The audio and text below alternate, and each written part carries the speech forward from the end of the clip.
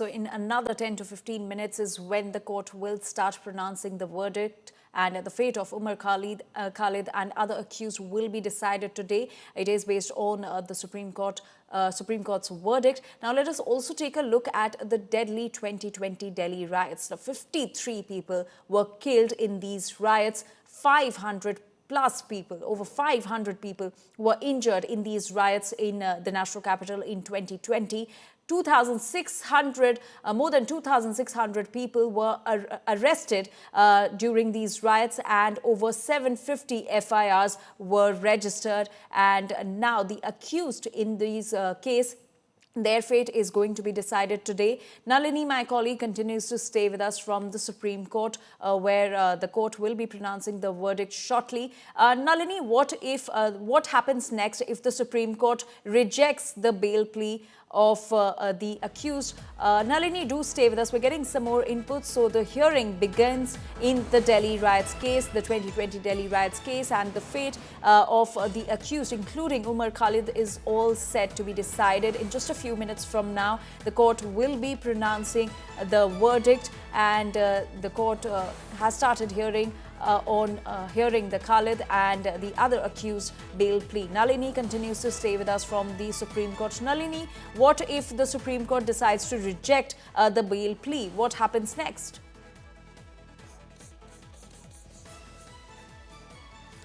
Well, in case the Supreme Court today decides to reject the bail plea, and just to get an update for the viewers before that, the bench has started pronouncing the verdict. They are going through the kind of facts that were related to the case and also the kind of arguments that were made by the prosecution, specifically with regard to the charges that were framed against the accused under the UAPA as well as the IPC. So the court is going through all of that.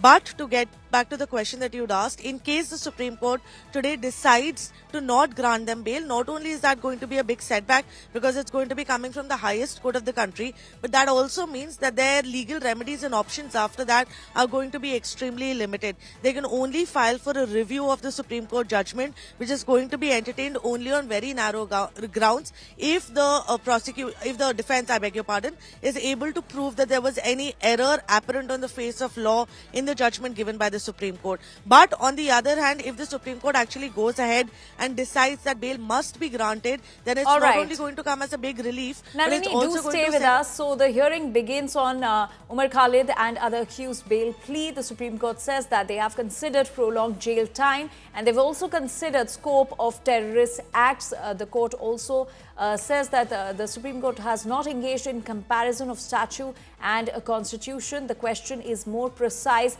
under UAPA when delay in prosecution is argued. What is to be considered by court? Nalini, my colleague, continues to stay with us. Nalini, the larger question is that under UAPA, when delay in prosecution is being argued, what exactly is to be considered by the apex court?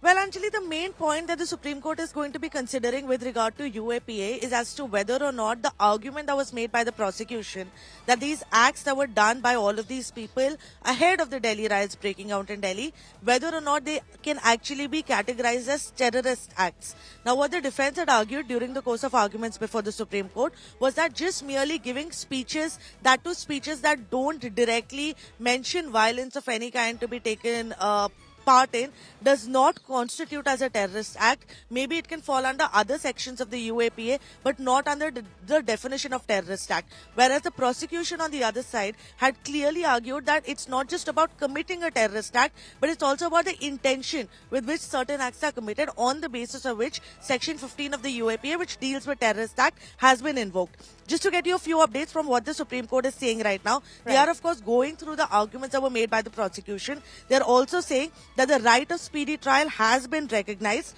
and most importantly, the Supreme Court goes ahead and says that deprivation of liberty should not be arbitrary. Very important to point out over here, Anjali, the case before the Karkaduma court in which the trial is going on is still at the pre-trial stage, which means that the trial in this case has still not begun. That's something that the Supreme Court has taken into consideration.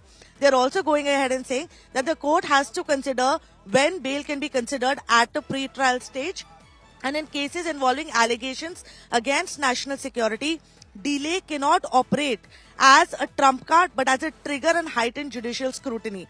That's what the Supreme Court said. They've also got, the bench is also saying that the question arises as of the manner of question of bail has to be examined. Parliament, while framing the UAPA Act, proceeded on an understanding and the conspiratory activity occurring over time.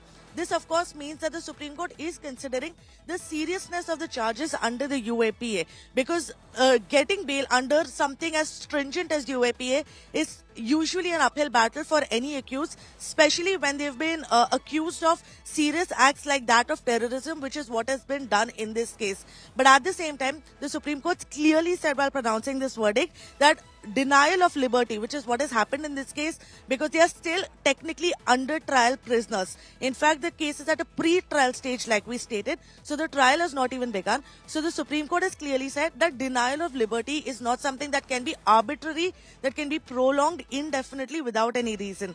The court's also gone ahead and said that the law proceeding on the basis of conception instead of criminality should be event-based, and the court is saying that the act lays that ordinary assessment of person's liberty in different cases are that of threatening foundation of the state. Yes, Anjali. All right, Nalini, do stay with us. So the hearing has begun on the bail plea of Umar Khalid and the other accused in the Delhi riots case. Now, the Supreme Court says that the right to speedy trial has been recognized and that incarceration only due to mere passage of time cannot be considered as punishment. In fact, deprivation of liberty should not be arbitrary, is what the court claims. The Supreme Court has started the hearing of this matter, and these are the latest updates. Shreya Chatterjee, my colleague, is also joining us with more updates. Shreya, the mere invocation of the UAPA in this case, does this not tilt this entire case against bail? Well, Anjali, we've been hearing my colleague Nalini. She's been explaining the grounds that are right now being assessed by the Supreme Court on which the verdict will be pronounced. The hearing in the entire matter concluded on the 9th of December. And now as we clearly go through the reasons that are being laid down, the Supreme Court is talking on both lines on why liberty cannot be arbitrary. However, they are also suggesting that the fact that there is a prolonged trial that cannot be used as a mere trump card. So there are grounds that are being looked at, and also the fact that UAP is a stringent section that has been invoked against all the accused who had applied for bail on the grounds of long incarceration, and the fact that the trial has been even at a very early stage right now and going on for very long here. Remember, the initial charge sheet in this matter was filed in the month of September 2020, and then subsequent charge sheets were filed, and now we see the trial almost in the 6th year after the charge sheet has been filed in only early trial case. So the Supreme Court is definitely looking at all the grounds in which Nalini has been explaining us. As the hearing continues, the Supreme Court also suggesting that provision embodies deliberate departure from bail for other offences. Court is required to examine if prosecution material prima facie shows the offences alleged, and bail stage is not forum for evaluation defences or conducting mini trials. So clearly what we are looking at is a deep scrutiny that's being done by the Supreme Court, something that Nalini will also better explain to us on the grounds that the Supreme Court really looking into. But clearly they are saying that there are stringent sections against the accused. Remember, this is what the argument of the defense has been, that the speeches that's been given by Sharjeel Imam, by Umar Khalid and others who have been mentioned as accused in the case, that was the main cause for the riots. That is something that has been the arguments by the defense. So clearly the Supreme Court is also saying that just because it's a pre-trial stage, it cannot be merely used as a trump card. So we'll have to wait and watch out that what really happens from now. But all these grounds are being looked at right now by the Apex Court of India.